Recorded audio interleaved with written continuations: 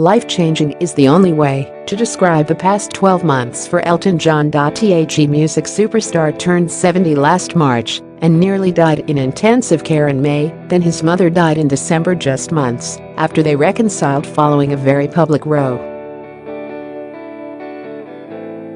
The monumental year confirmed a long-planned decision which he announced to a stunned music world on Wednesday, to retire from touring and relocate permanently back to England to live a quieter life focused primarily on being a committed dad to his sons Zachary, 7, and Elijah, 5. In an exclusive interview in his New York hotel room after the announcement, Sir Elton tells me, "I'm not going to be going anywhere other than England for a long time. It's not based on health, it's not based on dwindling record sales. I've had the most fantastic lucky career.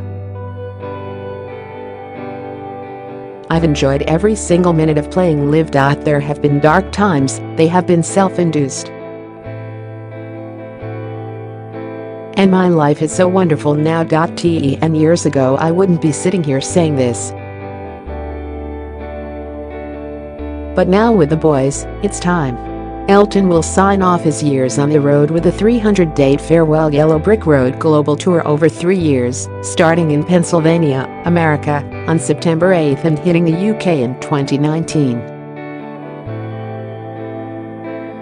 His spectacular plans were reaffirmed after he found himself in intensive care battling to stay alive in May last year, having contracted a rare and potentially deadly bacterial infection on his way back to the UK from Chile.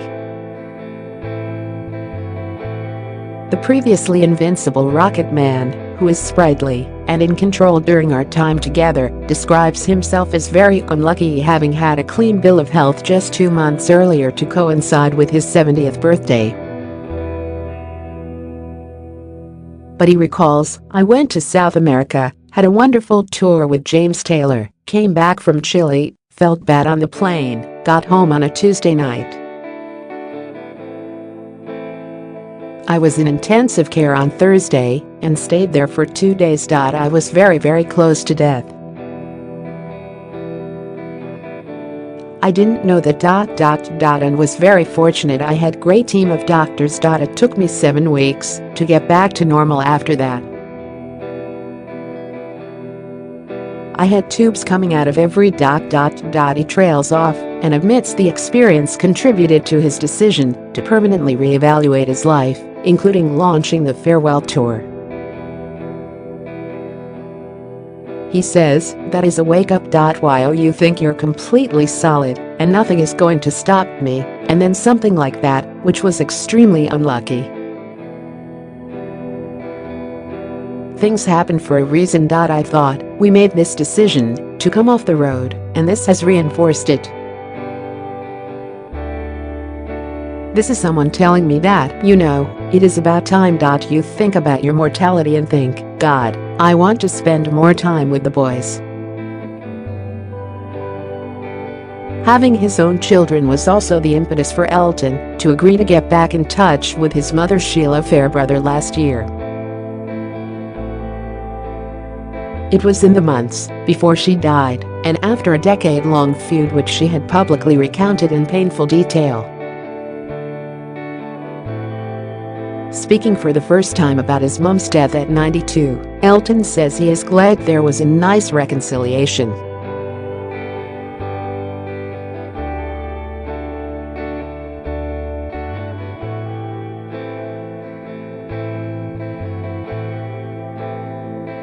"I saw her a week before she died and thought, God, she's pretty feisty, she's going to last for a few months. A week later she was dead. It really shook me."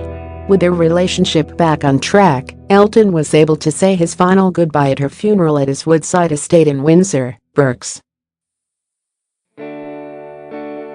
He recalls, "We had a beautiful private ceremony for her in the chapel at Woodside, where my grandmother died, where her ashes are scattered. It was just family and there was a cremation the next day.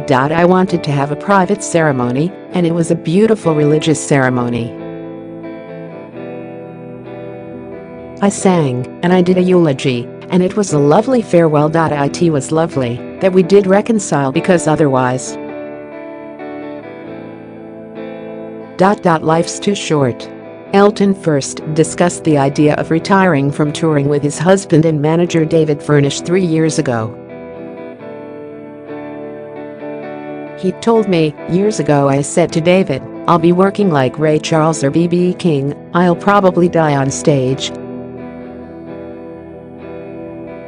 Then, of course, the children came along and changed our lives, and I wanted to take fatherhood seriously. When they were small we took them everywhere with us, and then they start school, and you can't take them out of school. I'm happy because by the time I finish the tour the boys will be 8 and 10. And they're coming on the tour for part of it. We're going to take a tutor on the road to probably Australia and the Far East, really interesting places for them to see. So it was an easy decision. Elton retains the honor of having the highest-selling single of all time, with his Candle in the Wind for Princess Diana having sold 33 million copies. He remains close to his late friend's sons, Princes William and Harry, and is delighted by Harry's engagement to Meghan Markle. Speaking of the moment Harry told him about the romance for the first time, at a conference in Italy, Elton reveals, "I spent time with him in Sicily last summer. I could tell he was totally in love. He didn't really discuss much personally, but he said, 'I'm in love.' I thought, good for you. Both those boys seem to be ecstatically happy, and that's all you want people to be, no matter who they are. When people get married, you want it to last, you want them to be happy. I'm happy for him, I hope they have a wonderful day." So will Elton get to perform at the wedding? He says, "I don't know. I haven't even been. No one's been asked. It will be a nice day. I love him very dearly. We're working very closely on 8's projects with him.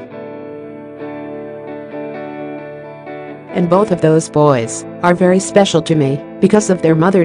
Harry's a good boy. His heart is in the right place, and all you want is for people to be happy." Elton also discloses that he had fallen out with Diana, but they made up before her death. He says, "I loved her because she did so much for AIDS and was a great friend to me. We had our fallings out, but reconciled at the end. It was extraordinary that Gianni Versace was murdered. Then Diana rang me, and we reconciled. Then, 6 weeks later, she's dead. It was an extraordinary and mesmerizing summer. I just couldn't believe what was going on. But she would be proud of her boys, and they're doing a great job. I'm proud of them too." Elton was not really surprised by the emotion surrounding the 20th anniversary of Diana's death last year. He says, "She was loved. She had that great ability, which Harry has inherited, where she could walk into a room and make people feel at ease, as if she'd known them all of their life." The musical genius, who has sold more than 300 million records, will not stop work altogether. He says, "I've got one musical written, another I'm just starting. So I'll still be creative, I'll still do radio shows, I'll still probably have my management companies. I just won't be gallivanting around the world. I do a couple of hundred flights a year, normally, and as you get older, that takes it out of you."